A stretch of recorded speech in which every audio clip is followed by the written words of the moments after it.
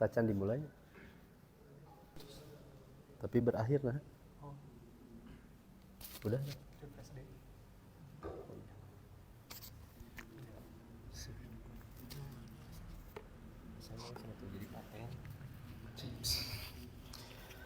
Alhamdulillah wassalatu wassalamu ala Rasulillah wa ala alihi wa sahbihi wa wala. Asyhadu an la ilaha illallah wahdahu la syarika lah wa asyhadu anna Muhammadan abduhu wa rasuluhu alladzi la nabiyya ba'da. Amma ba'd. Rabbi shrah li sadri wa yassir li amri wahlul 'uqdatam min lisani yafqahu qawli. Alhamdulillah di malam kali ini bersyukur kepada Allah, rekan-rekan semua kita bisa melanjutkan kembali kajian Minhajul Abidin setelah terpotong ya. Ini mohon maaf karena terpotong oleh ibadah umroh. Alhamdulillah di malam kali ini kita bisa melanjutkan kembali. Teman-teman semua buka halaman 40. Kita sudah membahas, alhamdulillah, ada beberapa tahapan dalam muqaddimah pengantar kitab Minhajul Abidin. Imam Al-Ghazali menyampaikan 3 tingkatan yang sudah kita bahas dalam menyempurnakan ibadah kita. Yang pertama, aqabatul ilmi, tahapan ilmu. Ibadah kita tidak akan baik dan sempurna kecuali harus ilmu, belajar, mengaji. Yang kedua kemudian aqabatut taubah, tingkatan taubat. Ibadah kita akan terasa nikmat ya. Kehusyuan kita akan terasa bersih sekali ketika kita sedang bertobat kepada Allah. Yang ketiga kemudian aqabatul awaik, ada hambatan-hambatan dalam ibadah. Ada 4 yang sudah kita bahas. Pertama dunia, kemudian makhluk, ketiga setan, dan yang keempat hawa nafsu. Nah ini semuanya nanti dirinci oleh Imam Al-Ghazali, di setiap babnya dirinci masing-masing beserta dengan ayat Qur'annya, hadisnya, kisah-kisah para ulamanya. Nah insyaallah nanti kita bahas. Baik, kita lanjutkan di halaman 40. Falamma faragha min qat'iha, ini saya mengulang sedikit ya. Tatkala faragha selesai min qat'iha, menempuh jalan tersebut, raja'a ila qasdil ibadah, maka ia kembali untuk tujuan beribadah. Sudah kita ikhtiarkan tidak terikat dengan dunia, kita lawan setan, kemudian kita lawan hawa nafsu. Fa'idha awaridu ta'taridu, ternyata ada penghalang-penghalang ibadah kembali. Fatushgiluhu 'anil iqbali 'ala maqsudihi minal ibadah, maka kemudian hal itu akan menyibukkannya dari menghadap, al-iqbal itu menghadap, menuju, 'ala maqsudihi terhadap tujuannya, minal ibadah dari ibadah. Ada yang bisa menyibukkan. Wa tasudduhu 'anit tafarruqi, dan menghalanginya, 'anit tafarruq, dari tafarruq itu mencurahkan, lidzalika untuk hal itu. Kama yanbaghi, sebagaimana mestinya, fata'ammala fa idza hiya arba'ah. Kemudian dia merenung, ternyata ada 4 tadi hambatan-hambatan dalam ibadah itu. Apa saja hambatan itu? Nah ini baca. Coba ikhbar al-awwal, ar-rizqu. Bismillahirrahmanirrahim. Qala al-musannif rahimahullah, al-awwalu ar-rizqu tutalibuhu an-nafsu bihi wa taqulu la budda li min rizqin wa qiyamin wa qad tajarradtu 'anid dunya wa tafarradtu aydan 'anil khalqi famin aina yakunu qiyami wa rizqi tiwami Rizki wa rizqi. iya. Asal lancar. Udah diharapkan ini ya? Belum ada. Lanjut wasani. Yang kedua Wasani al-akhtaru min kulli syai'in yakhafuhu aw yarjuhu aw yuriduhu aw yakrahuhu wala yadri salahahu fi dzalika aw fasadahu fa inna awaqibal umuri mubhamatun fayashtagilu qalbuhu biha fa innahu rubbama yaqa'u fi fasadin aw muhlikatin. Apa 4 hambatan dalam ibadah? Kalau sebelumnya aqabatul awaiq, penghalang, ini ada hambatan lagi. Yang pertama adalah kekhawatiran terhadap rezeki, ar-rizqu. Tutalibu nafsu bihi, di mana hawa nafsu itu selalu menuntut itu. Khawatir kekurangan, ya, fakir, miskin. Itu tabiat manusia. Yang itu berapa orang yang karena sibuk dengan mencari rezekinya, kemudian ibadah itu terlantar. Wataqul, kemudian yang mengatakan labudda li min rizqin wa qiwamin, mesti bagi diriku punya rezeki. Wa qiwam itu fondasi hidup. Saya harus dipunya uang. Wa qad tajarratu 'ani dunya, aku sungguh sudah tajarrud, mengkosongkan dari dunia.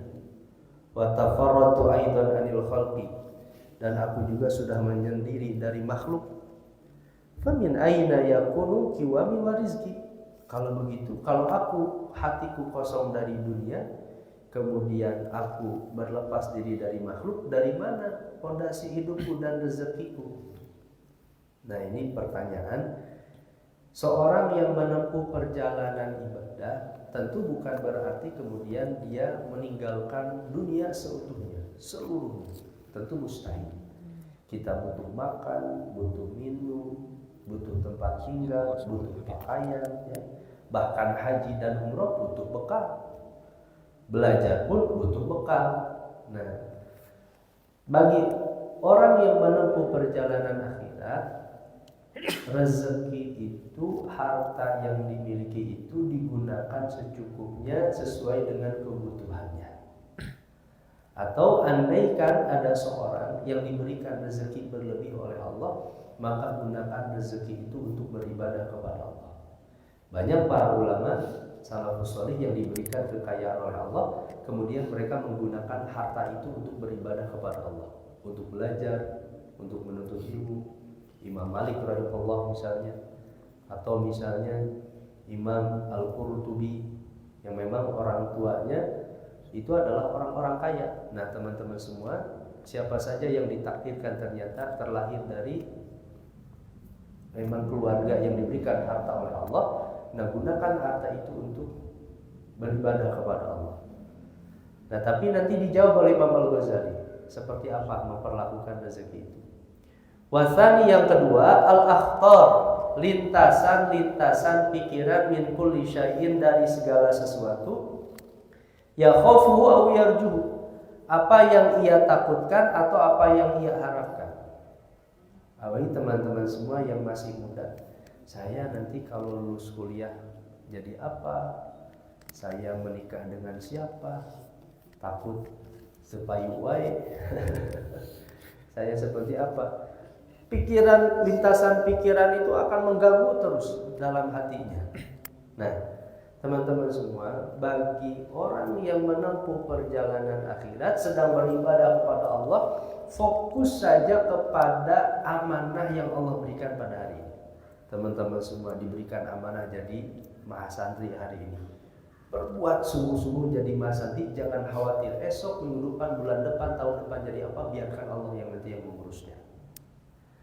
Teman-teman semua misalnya diamanahi menjadi guru, fokus saja di bidang yang Allah takdirkan di situ, maka Allah akan hadirkan takdir-takdir yang terbaik di masa yang akan datang. Dan saya pribadi alhamdulillah sejak lulus pesantren ya, Belum pernah terpikirkan nanti lulus pesantren kemana, lulus kuliah kerja apa. Saya hanya berusaha, yang penting saya berbuat baik di tempat yang Allah amanahkan kepada saya. Saya dulu mengajar ngaji anak-anak, saya jadi guru yang terbaik kepada anak-anak. Saya diamanahkan jadi misalnya jadi imam, saya ikhtiarkan jadi imam yang terbaik. Saya diamanahkan jadi guru di pesantren, saya ikhtiarkan supaya jadi guru yang baik. Jangan khawatirkan masa depan, karena biarkan Allah yang mengatur perjalanan indahnya. Nah, au yuriduhu au yaqra, atau apa yang ia inginkan, apa yang ia benci. Wala yadri salahahu fi dzalika au fasadahu, dan ia tidak mengetahui salahu bagaimana kebaikannya atau fasadahu kerusakannya. Maksudnya terus lintasan pikirannya itu mengganggu, nih saya besok seperti apa, saya dapatkan, saya bakal mendapatkan profesi yang baik enggak, penghasilan yang baik tidak. Fa inna awaqibal umur mubhamatun, karena setiap akibat dari seluruh perkara itu mubhamah, masih sama.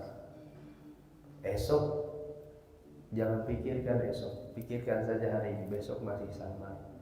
Seperti ungkapan syair, di syair Arab yang terkenal, ma maghfata wal muammalu ghaib, apa yang telah lalu sudah mati, adapun masa depan itu masih ghaib, belum tentu akan bertemu dengan kita. Besok, minggu depan, bulan depan belum tentu bertemu dengan kita. Walakas sa'atul lati anta fiha, milik kita itu bukan hari kemarin, bukan hari esok, tapi milik kita itu adalah hari di mana kita berada sekarang. Teman-teman semua hari ini duduk sedang mengaji Minhajul Abidin, maka menjadilah mahasantri yang paling terbaik dalam mengaji Minhajul Abidin. Nah, jangan pikirkan yang masa lalu kemarin, jangan pikirkan yang akan datang, pikirkan hari ini sedang apa. Itu waktu milik kita sekarang. Fayashtaghilu qalbuhu, maka kemudian hatinya sibuk. Fa innahu rubbama yaqa'u fi fasadin aw muhlikatin, karena kesibukan hati itu kemudian ia terjatuh kepada kerusakan dan kebinasaan. Dan memang ini yang diwanti-wanti oleh Nabi SAW. Di antara kecelakaan seorang hamba itu, teman-teman semua, adalah terlalu panjang angan-angan. Dia menempatkan ingin ini. Menempatkan cita-cita boleh sebagai ikhtiar sungguh-sungguh kita untuk menghadirkan cita-cita itu. Tapi kemudian hanya angan-angan kosong, ingin seperti ini, ingin seperti ini. Berapa orang yang dia banyak berangan-angan, dia sibuk hatinya berangan-angan, akhirnya hari-harinya hanya habis dengan angan-angannya. Waktunya habis, dia tidak ibadah, dia tidak beramal, dia tidak bekerja, karena dia angan-angan saja, bermimpi saja. Yang ketiga, asyadaidu wal masaib, kesulitan-kesulitan dan musibah-musibah. Nah, mau tidak mau kita pasti akan diuji oleh Allah. Kesulitan mungkin ekonomi, sakit, masalah keluarga, masalah di kampus, apapun pasti ada datang musibah itu. Nah, musibah ini bisa jadi penghalang seorang beribadah kepada Allah. Dia malas. Tansabu alaihi min kulli janibin, yang akan tertancap, akan menimpa kepadanya dari setiap arah. Ya, satu waktu teman-teman semua ketika belajar tidak setiap hari mungkin lapang, punya uang. Dulu saya masih ingat ketika rajin masih belajar kitab, ya, beres muallimin itu kan di Unpad itu setiap hari pasti pulang ke Pajagalan karena ingin belajar baca kitab dengan Ustaz Ansarudin Ramdhani dulu. Sekarang pengurus radio dialog Islam di Radio Garuda. Terus saya punya bekal itu cuma 20.000, dan itu cuma bensin dan makan. Tapi saya ikhtiarkan 20.000 itu cukup buat bensin dan makan sampai malam, nanti gimana caranya. Dari 20.000 yang saya punya itu, kadang pulang ke Pajagalan itu cuman punya 10.000 lagi, belum makan tuh, gimana caranya cari tukang nasi goreng 10 ribuan. Harus seperti itu. Nah, kalau orang kemudian seorang masa itu dia punya mental dengan buka 10.000, mau bisa ngaji kan gitu 10.000. Seorang dia tidak akan bisa mencapai apa yang dia inginkan. Nah, la siyama qad intasaba li mukhalafatil khalqi. Terlebih nih, wa qad intasaba, telah tegak intasaba itu li mukhalafatil khalqi, untuk bertentangan dengan makhluk, wa muharabati syaitan, memerangi setan, wa mudadatin nafsi, dan bertentangan dengan hawa nafsu.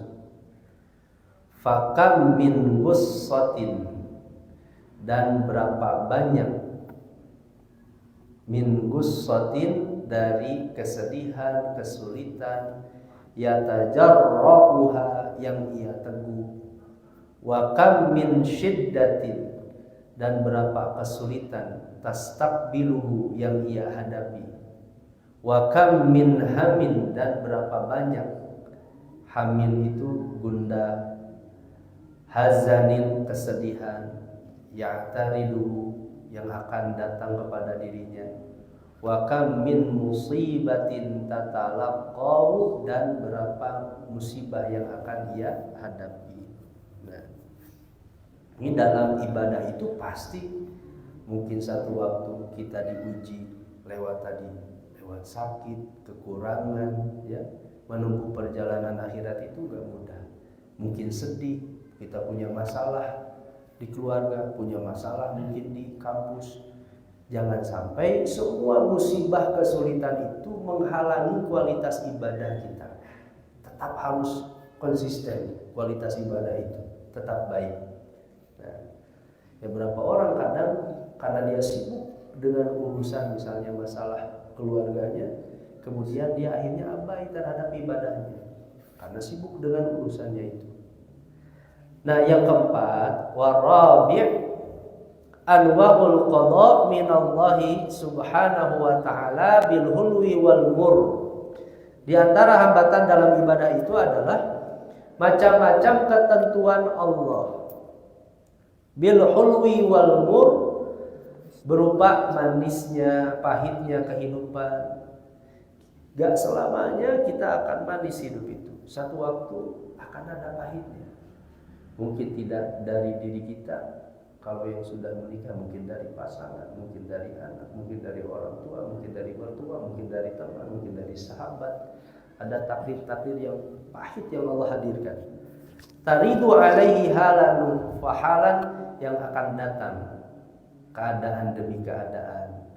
Wan nafsu tusari'u ila sukhti, dan jiwa tusari'u, tergesa-gesa untuk sukhti, murka, tidak suka terhadap ketentuan Allah itu.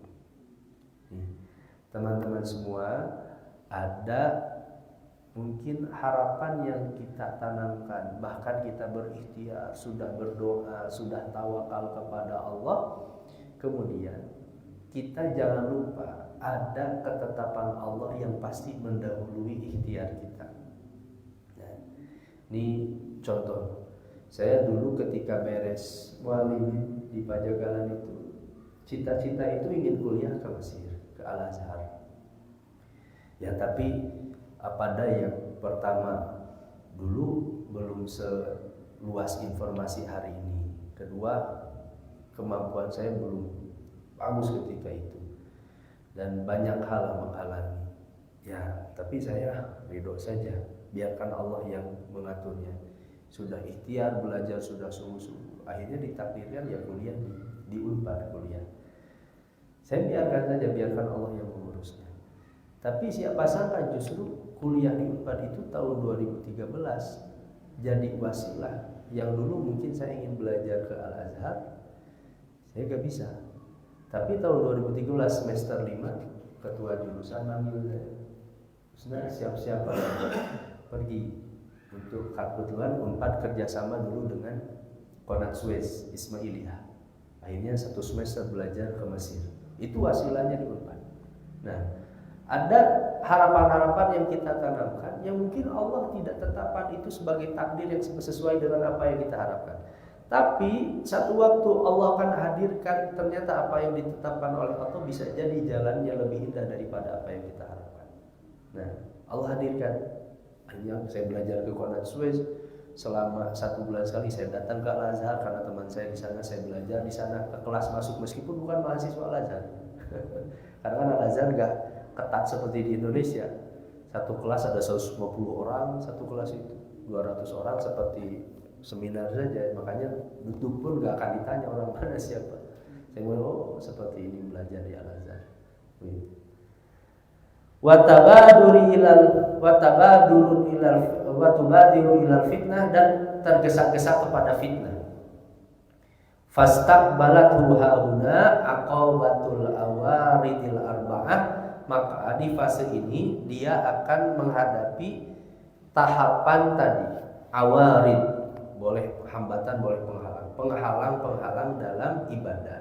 Nah, ada 4. Pertama, rezeki, lintasan-lintasan pikiran kita, kesulitan dan musibah. Keempat, qada, ketetapan Allah. Nah, fahtaja ila qad'iha bi arba'ati asya, maka untuk mengatasi 4 hal ini ada 4 hal yang harus kita lakukan. Pertama, at-tawakkuli 'ala Allah subhanahu wa ta'ala fi mawadi'ir rizqi. Yang pertama, tawakul. Bahasa Arab itu sebenarnya tawakul. Kalau bahasa Arab kita kan jadi tawakal. Ini kan masdarnya itu tawakul. Tawakkala ya tawakkalu tawakkulan. Wazan tafa'ala ya tafa'alu tafa'ulan. Bertawakal kepada Allah dalam masalah rezeki, tempat-tempat rezeki. Biarkan Allah yang menguruslah. Ya. Rezeki kita mengatur seperti apa penghasilan kita. Nah, dan alhamdulillah saya dari sejak menikah, awal menikah itu mungkin saya terhitung penghasilan itu mungkin 1.500.000 satu bulan itu awal menikah. Bahkan gaji di Pajagalan saja masih 150.000 sebulan. Tapi pede saja datang ke calon mertua, alhamdulillah saya sudah berpenghasilan. Padahal bukan 1,5 juta sebulan. Dan itu kontrakan itu udah habis berapa. Tapi insya Allah saya bisa menafkahi putri bapak, saya datang dulu kan itu. Tapi Allah atur semuanya. Saya tidak pernah berpikir ini teman-teman semua nanti anak 1 seperti apa, anak kedua, anak ketiga sampai anak 4 Allah hadirkan rezeki-rezeki itu. Nah, biarkan Allah yang mengatur. Tapi bukan berarti kemudian tawakal itu semata-mata menyerahkan kemudian berlepas diri dari ikhtiar. Ikhtiar teman-teman itu apa tadi? Gunakan amanah apapun yang Allah takdirkan, maka berikhtiarlah dalam amanah itu dengan hal yang terbaik tadi. Jadi mahasiswa yang terbaik. Kalau jadi guru yang terbaik. Jadi masyarakat yang paling terbaik. Maka Allah akan hadirkan dari arah-arah yang tidak terduga-duga. Wa tafwidi ilaihi fi mawadhi'il khatari, dan berserah diri kepada Allah dalam lintasan-lintasan pikiran itu tadi. Saya sudah nanti beres mahasiswa jadi apa, menikah dengan siapa, gaji di mana, penghasilan seperti apa, belajarnya seperti apa. Allah hadirkan, serahkan kepada Allah lintasan-lintasan itu. Jangan terganggu dengan lintasan-lintasan pikiran itu.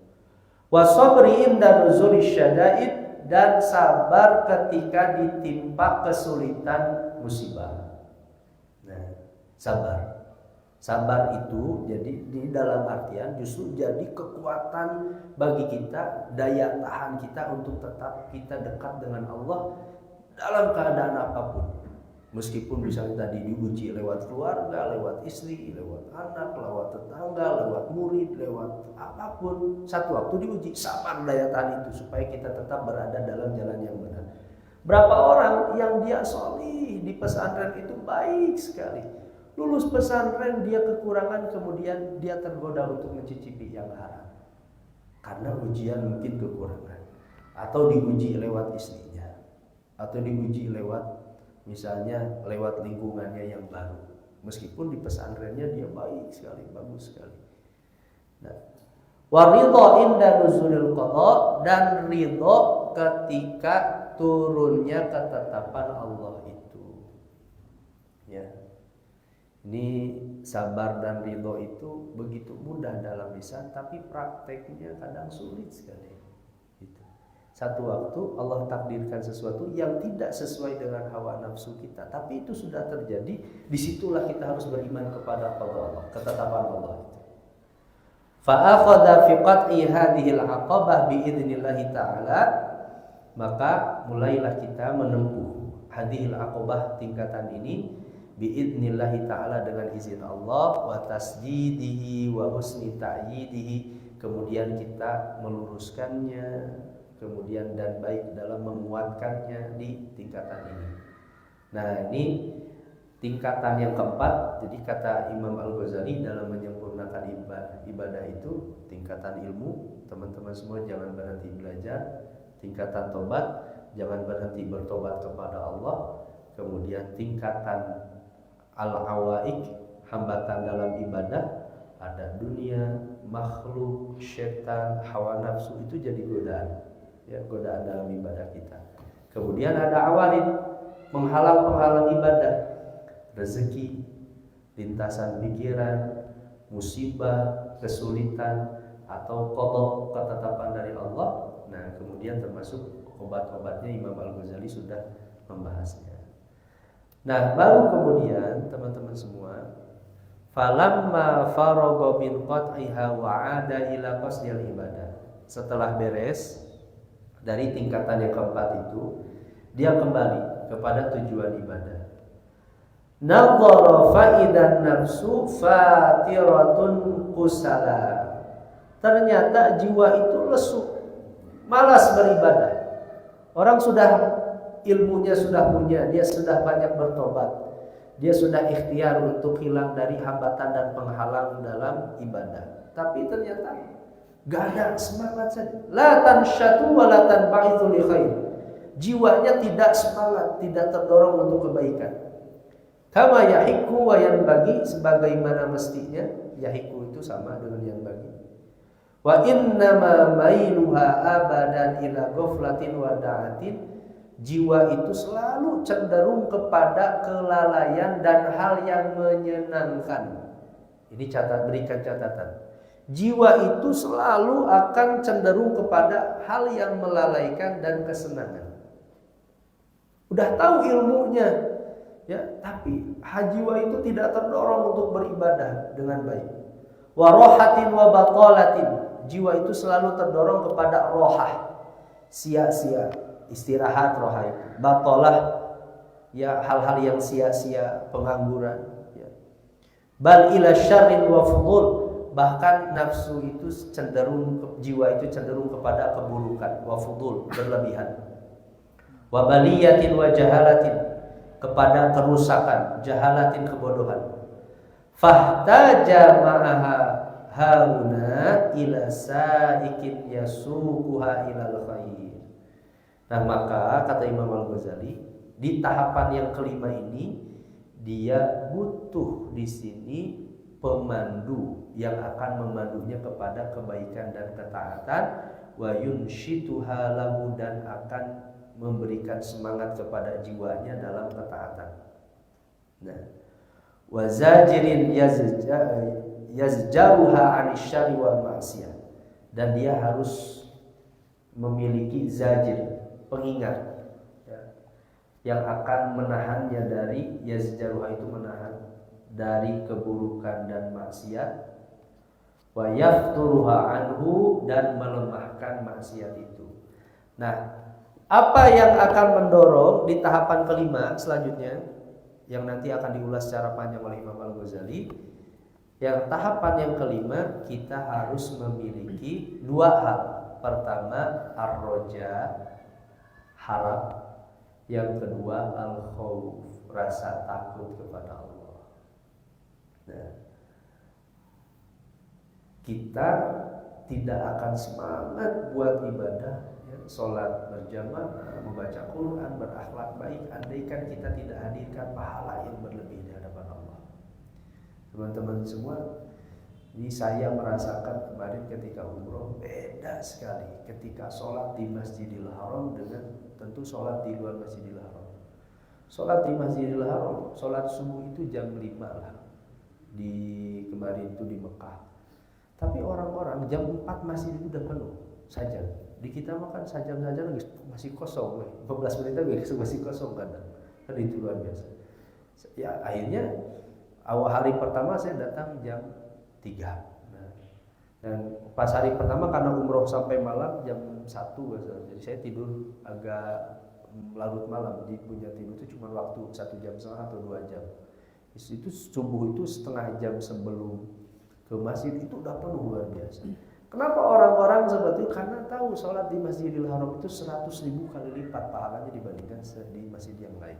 Makanya semangatnya beda dan rasanya pun sangat berbeda. Kita sholat begitu terdorong untuk hadir selalu sholat berjamaah di 5 waktu itu, gak mau ketinggalan. Terasa sangat rugi sekali ketika kalau tidak sholat di Masjidil Haram, termasuk di Masjid Nabawi. Meskipun Masjid Nabawi kan hanya 1000 kali lipatnya kata Nabi SAW keutamaannya. Nah, harapan-harapan itu mesti harus dihadirkan. Kita sholat di rumah dengan sholat di masjid dengan 27 derajat tentu sangat berbeda. Nah, dua hal ini yang akan mendorong kepada kita semua untuk semangat dalam beribadah dan takut terhadap maksiat. Nah, insyaallah nanti untuk tahapan selanjutnya, nah ini ada 2 tahapan terakhir, sudah 5 tahapan ya. Ini sedikit nanti dijelaskan di halaman 41. Ada 2 tahapan lagi, jadi 7 tahapan yang Imam Al-Ghazali susun di dalam kitab Minhajul Abidin. Nah insyaallah akan kita bahas di pertemuan yang akan datang. 2 tahapan itu untuk menyempurnakan ibadah kita kepada Allah Subhanahu wa taala. Wallahu a'lam bishawab. Hanya itu mungkin pada malam kali ini. Subhanallah wa bihamdika asyhadu an la ilaha illa anta astaghfiruka wa atubu ilaik. Aqulu qawli hadza wa astaghfirullah li wa lakum. Assalamualaikum warahmatullahi wabarakatuh.